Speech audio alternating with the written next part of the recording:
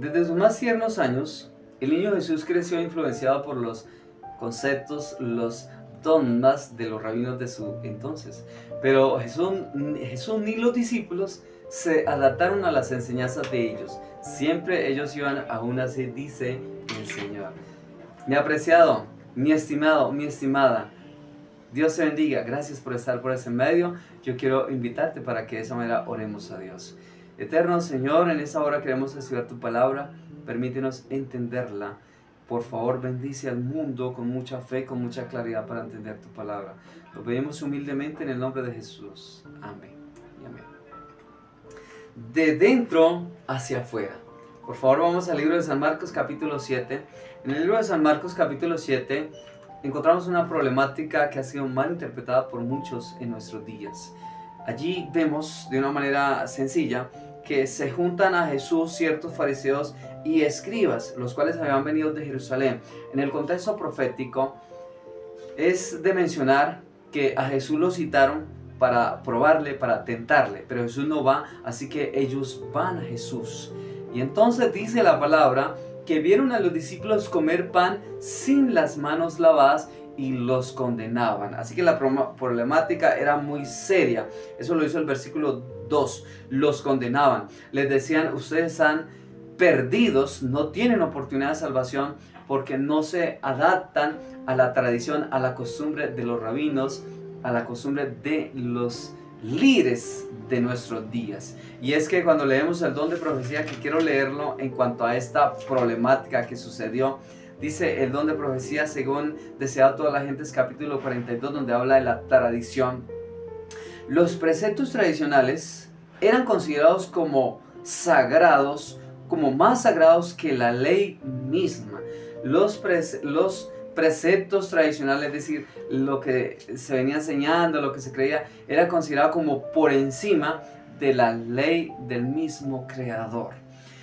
El descuido de las formas que debían observarse antes de comer era considerado como pecado aborrecible, que debía de ser castigado tanto en este mundo como en el mundo venidero, y se tenía por virtud el destruir al transgresor. Página 360. Así que la problemática era muy seria, pues el no comer con las manos sin lavarse era una exclusión directamente del cielo, y era alguien que merecía tanto ser condenado en su entonces como también en el siglo venidero. Esa era la temática, pues estos conceptos venían arraigados en todas las personas del tiempo del Señor Jesús. Así que el Señor tiene que lidiar con esta temática, y entonces el maestro en el versículo 6 les dice: hipócritas, bien profetizó de vosotros Isaías, como está escrito: este pueblo de labios me honra, pero su corazón está lejos de mí, porque enseñan como doctrinas mandamientos de hombres. Y así la palabra nos enseña que el maestro les dice: invalidan el mandamiento por vuestra tradición. Cuando vamos al versículo 11, pero vosotros decís, si un hombre dice a su padre o a su madre, escorban, que quiere decir mi ofrenda, todo aquello con que pudiere ayudarte quedará libre. Escorban, ¿qué es eso de escorban? Bueno, escorban traducido quiere decir don mío a Dios, mi ofrenda a Dios. Así que en el contexto, ellos si tenían una casa, si tenían un cultivo, si tenían una propiedad, lo ponían a nombre del templo, de los funcionarios de la sinagoga. Y si su mamá y su papá tenían una gran necesidad, sea física, sea porque no tenía techo, sea porque no tenía cómo subsistir, una enfermedad, ellos los dejaban morir porque consideraban como un sacrilegio, de repente ayudarlos cuando ya habían hecho una promesa a Dios, aparentemente. Si la persona moría y había hecho esa promesa, esa heredad quedaba para el templo, quedaba a disposición del templo. Esos eran mandamientos de hombres. Cuando nosotros vamos al Talmud, cuando nosotros vamos a estas enseñanzas, tenemos el Talmud babilónico, el Talmud de Jerusalén, tenemos que allí son un aproximado de 20 tomos. y al parecer para leerlos todos nos llevaría como un promedio 7 años para leer todas estas enseñanzas. También tenemos parte de la Midrash, que eran conceptos, eran ampliaciones, comentarios de los relatos bíblicos, pero que se aislaban del texto bíblico, de lo que en verdad Dios quería enseñar. Pues así es como el maestro les dice, así invalidan el mandamiento de Dios por vuestra tradición. Invalidaban el quinto mandamiento. Jesús les dice, porque está escrito, honra a tu padre y a tu madre para que tu día se alargue en la tierra que Jehová tu Dios te da.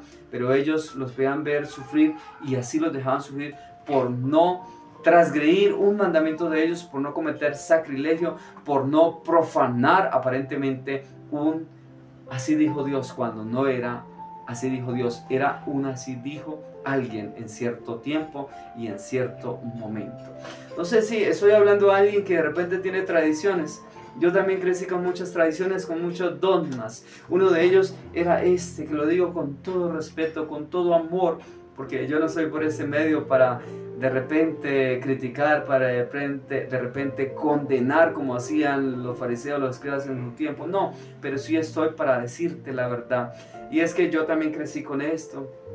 Yo también me ponía escapularios, yo también cargaba ajos en el bolsillo, cargaba un escapulario en el pie izquierdo y un sinnúmero de cosas que yo las aferraba en mi corazón, en mi vida, y creía que hacía bien. Pero cuando vamos a un escrito, así dice, aún así dice el Señor, vemos que no encontramos nada de esas cosas. Por lo tanto, el Señor siempre habló para que nosotros podamos entender su palabra. Y así es como la palabra dice que el Señor trató esta temática tan importante. Pero me gusta que leamos por favor el versículo 17. Y apartado de la multitud, habiendo entrado en casa, sus discípulos le preguntaron acerca de la parábola. Para Jesús tratar esa temática usó una parábola. Jesús dijo que lo que entra al hombre no es lo que le contamina, sino lo que sale del corazón. Esto es lo que le contamina. Ahí Jesús está usando una parábola, una ilustración. Hoy mucha gente ha llegado a pensar que podemos comernos un perrito dorado, un gatito a la bróster, una serpiente ensalzada tal vez, que da como, wow, fastidio, pero ha llegado la humanidad a creer esto. Vuelve a leer el 17.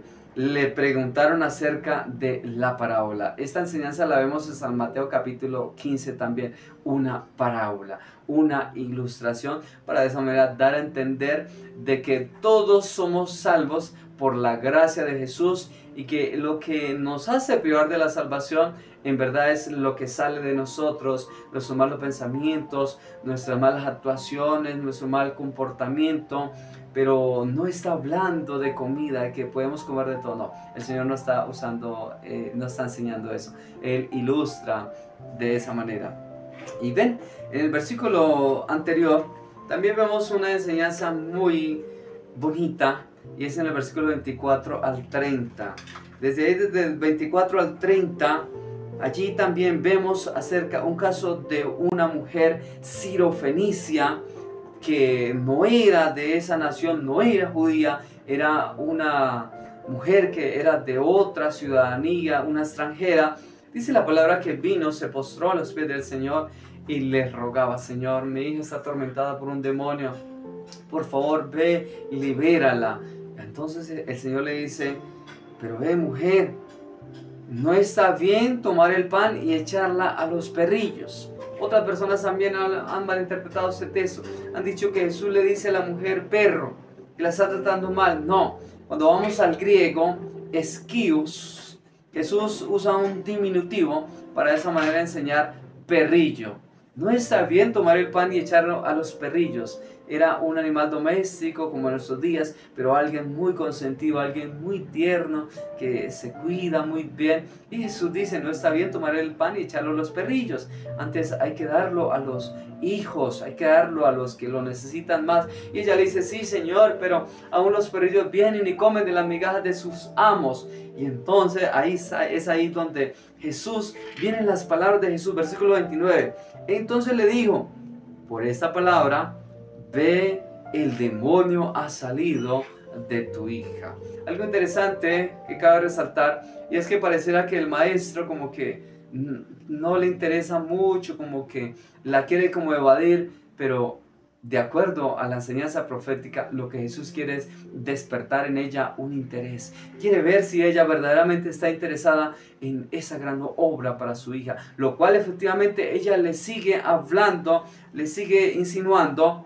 Dice el don de profecía: cuando la fe de la mujer se hubo manifestado, la envió con la preciosa bendición que había pedido. Los discípulos nunca olvidaron esta lección y fue registrada para mostrar el resultado de la oración. Amén. Qué hermoso. Cuando la fe de ella fue probada, cuando Jesús vio su interés, la mandó con la bendición. Los discípulos nunca olvidaron esa historia y fue registrada para hoy nosotros entender los beneficios de orar, los beneficios de pedir al Señor, de rogarle. No te canses de pedir por esa conversión de tu mamá, de tu papá, de tu hermano, de tu hijo. No te canses de pedir por esa enfermedad que tienes. No te canses, porque hay poder en el nombre del Señor, y hay poder cuando nosotros oramos con fe.